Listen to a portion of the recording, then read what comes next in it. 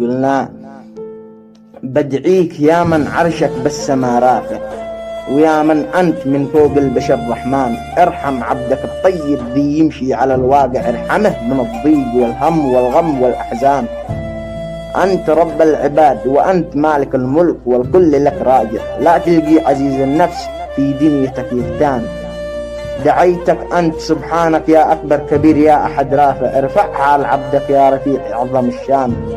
من الناس والأصحاب قد أنا شابع، وشبع قلبي ضيق وقهر، وكل يوم كتمان شاعر ولي عامين للهم حارب وصارع.